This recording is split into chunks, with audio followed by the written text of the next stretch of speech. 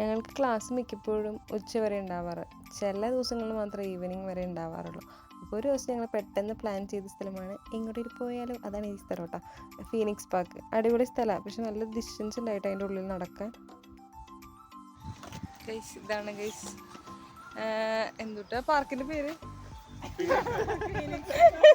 Guys ഇത് wild ഡക്കാണ് guys, ഇത് പറക്കും ഗൈസ്.